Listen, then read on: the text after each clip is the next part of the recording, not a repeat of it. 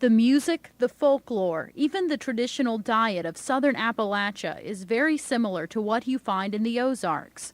Gordon McCann has collected and cataloged more than 3,000 hours of traditional Ozarks music and has studied the history of Ozarks culture.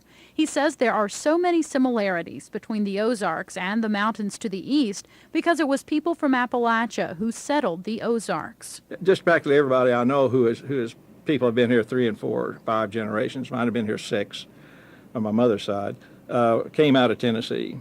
And of course, these people now that came in were already 4th and 5th generation Americans because they were really descendants of colonists that came in when in New England and the Tidewater states, you know.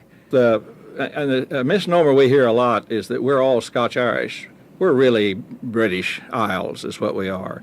And when we talk about the Irish part of it, the Scotch-Irish, a large percentage of those were from the Ulster area in northeast Ireland. McCann says it's important to understand the ethnic background of the settlers from Tennessee who came to the Ozarks. According to McCann, the traditional tunes, ballads, and stories come directly from the British Isles. And McCann says the common threads are obvious in one particular area. One of the most recognizable similarities is in the music. And the principal instrument with all of us is the fiddle.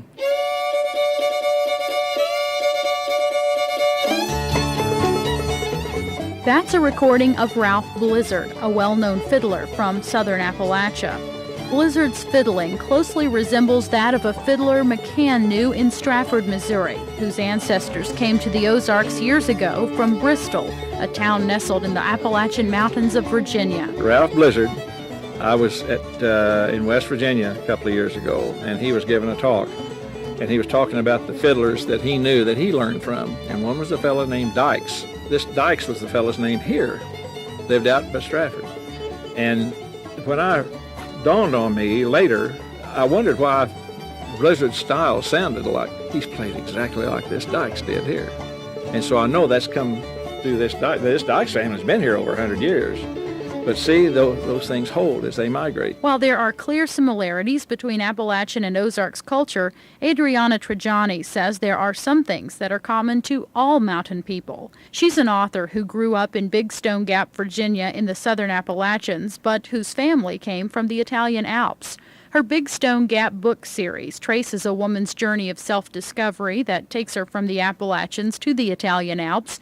Trajani says she's struck by the similarities shared by all mountain people. There are similarities no matter where the mountains are. If you're in the Ozarks or you're in the Himalayas or you're in the Italian Alps or the Blue Ridge Mountains. And a few of those things that are indigenous to mountain people is, first of all, the reliance on each other in a community. Which is like the extended family. Then another element is that artistic side, the putting on of plays and indigenous music, which of course we call it mountain music. In Big Stone Gap, it's the Celtic from those hills of Scotland that people brought this music over, and the dancing called clogging.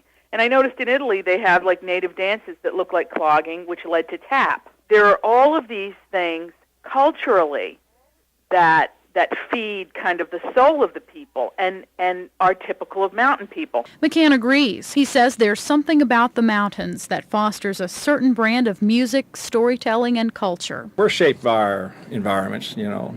Yeah, I think you'd find mountain people in Europe and mountain people even in maybe China. There's going to be similarities.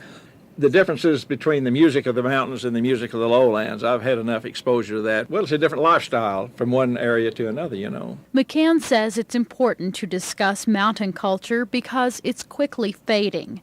Even though the soundtrack and follow-up albums from the movie Oh Brother, Where Art Thou have renewed the public's interest in mountain culture and music, McCann says he fears modern music will drown out the old-timey tunes of Appalachia and the Ozarks. I'm Missy Shelton for KSMU News.